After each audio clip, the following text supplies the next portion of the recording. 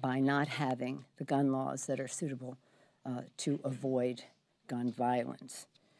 So we're asking the Speaker to withdraw their SHARE Act, silencer bill, and then also armor-piercing bullet bill, to pass the bipartisan King-Thompson bill on background checks, common sense background checks, ban the bump stocks. This is something we've all are learning a lot more. Mike Thompson has been on this for a while, and he being a gun owner and a Vietnam vet, a wounded Vietnam vet, so somebody with real standing on how to use guns, and has called into question the use of this bump stock, and now everybody is aware of it, and so hopefully we can bring that to the floor and at least pass a bill that bans something that enables a shooter to spray murderous automatic fire on innocent people. There's a bill, the Cicilline-Thompson bill, David Cicilline of Rhode Island, Mike Thompson of California bill. It has nearly 150 co-sponsors already. So hopefully it will be bipartisan. Hopefully it will be brought to the floor. But in addition to that, we have to do much more. We've asked the Speaker for a select committee on gun violence. You don't like these ideas? What ideas can we come together? This is a big issue in our country.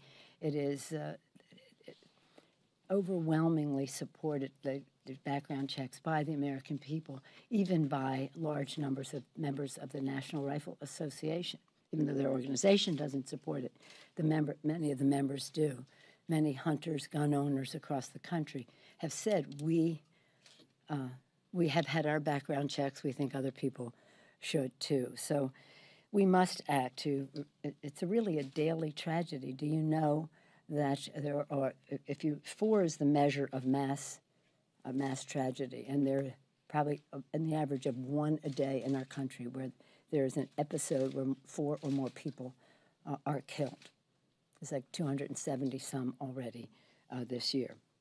And we have to act now. And we're not going away. We've told the families we have to pass something. And all of this all just blossoms when something occurs. And then we have a flurry of comments from the other side of the aisle saying this is not the time.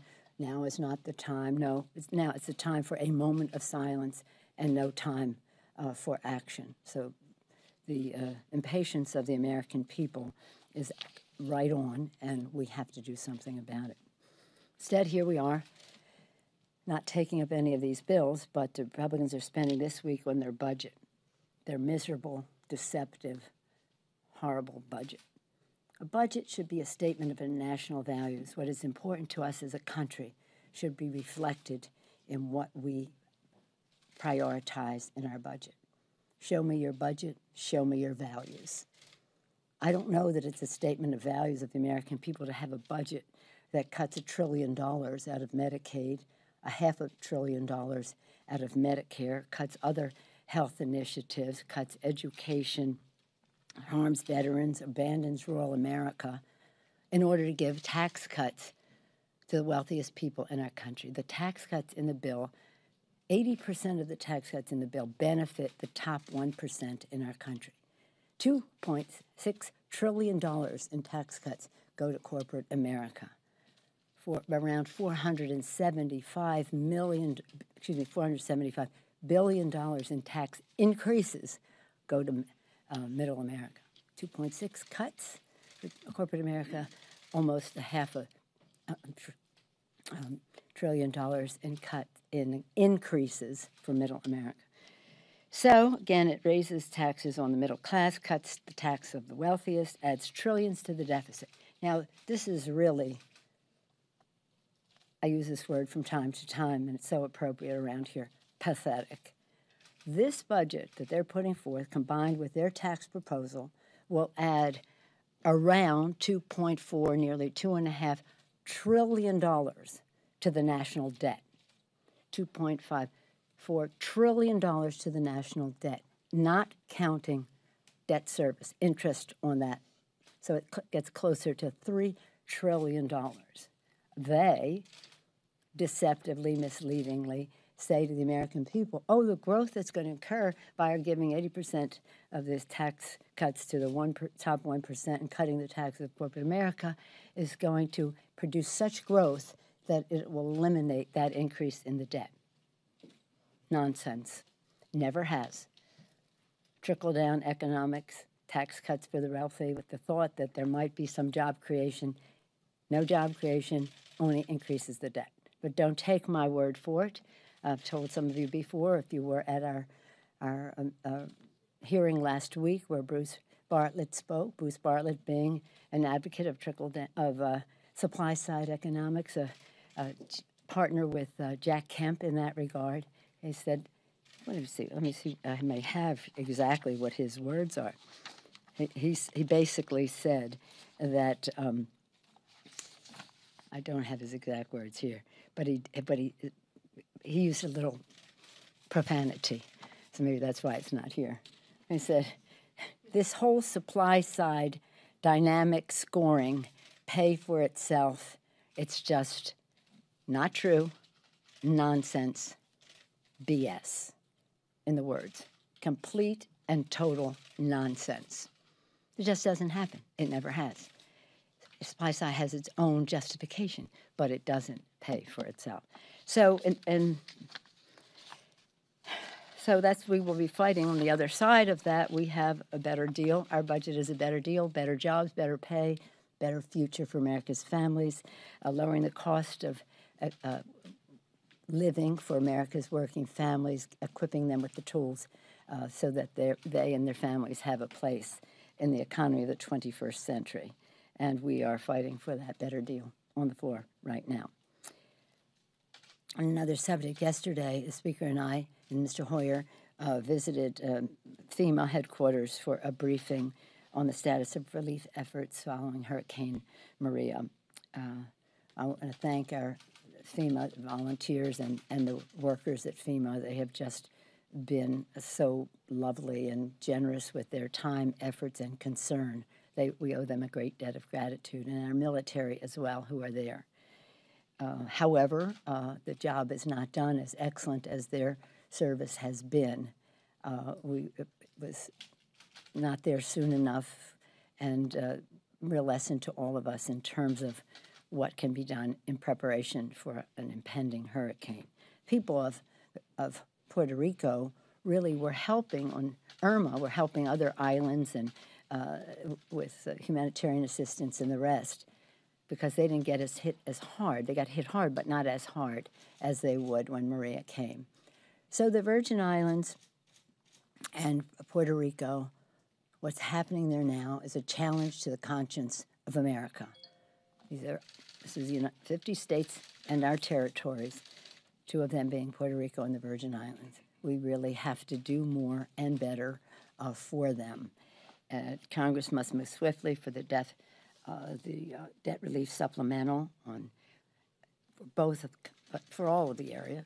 Florida as well got hit, and also we have the Medicaid cliff that we have to address when it comes to Puerto Rico specifically. But for both territories, we must make a long-term commitment to not only relief, recovery, but ongoing long-term economic recovery. Today, October 5th, is the last day for enrollment for DACA recipients. Their status expired between September 5th and March 5th, 2018. The President's declaration, which was given by the Attorney General, they only had 1 month to sign up. And so we urge eligible dreamers to sign up. We think the short period of time, the 4 weeks, is miserably short. We especially think special consideration should be given to them, but also those who live in Texas, Florida, and places that have been incapacitated because of the storms. And when we do pass the DREAM Act, which I feel confident we will, we must make the re-enrollment period longer and retroactive for those who didn't sign up by today. So these and other things, starting again with the sad situation And it's just the cumulative effect of one after another. Children, little children in school, people praying in church, young people dancing at Pulse, a nightclub, theaters. You know the litany of concerns. What happened in Las Vegas just being the biggest of them all, but happening every day in our cities. The gun violence has to stop. That I'd be pleased to take any questions you have. Yes, Nancy? You talked about the emerging bipartisan support for some kind of action on bump stocks, but there are going to be Republicans who resist this because they say, give the gun control people an inch and they'll try to take a mile. So how do you plan to overcome that when the truth is that you would like to go a lot further? Well, we've said where we'd like to go, and that's in a bipartisan place, which is the bipartisan bill, King-Thompson, for background checks. Now, there are background checks, but there are loopholes, whether they're online sales or gun show sales, but a lot can happen for people who shouldn't be getting guns. And we have evidence that having the background checks has prevented hundreds of thousands, if not a couple million sales from not happening that could have caused death. So, as I said, many people who are serious gun owners say, I have a background check, they should have a background check too. But we can't, that's, so what? They're going to say, if you give them bump stock, it's going to be a slippery slope? I certainly hope so. But I don't think bump stock should be a substitute for the background check. And by the way, the background check is a compromise. There are many more things members want to do, and we're saying, how do we save the most lives? We save the most lives with the background check. So we just have to have that fight. But the American people have to weigh in, as they did to fight the monstrosities of health care bills that the Republicans were proposing. But let's just take this to a little bit of a different place, whether we're talking about guns or we're talking about immigration with DACA and the rest. Let's try to come together, as we asked the Speaker to put a select committee, 60-day, short term, to find our common ground.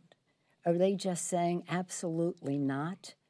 The stranglehold that the National Rifle Association has on Congress is such that we cannot even consider anything?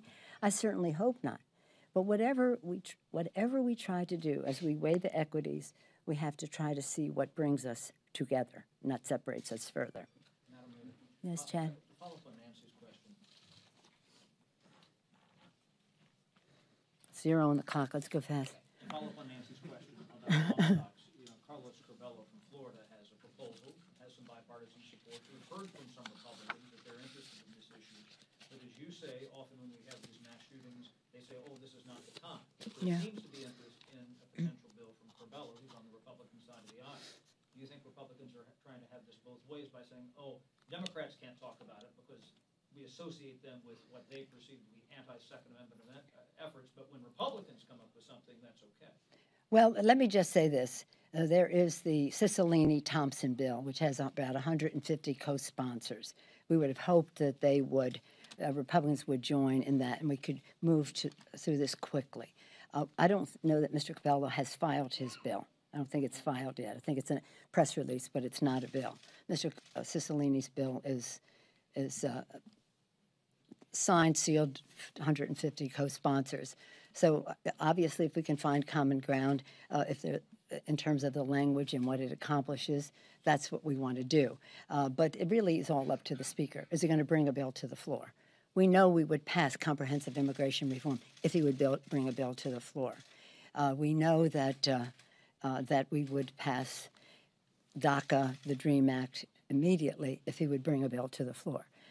Certainly, the public pressure in terms of bump stock is such that we would pass that if you bring it to floor. Excuse me one second. What is this vote on?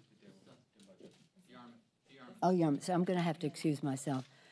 Thank you all very much, but I have to go vote for a better deal. Thank you. Excuse me.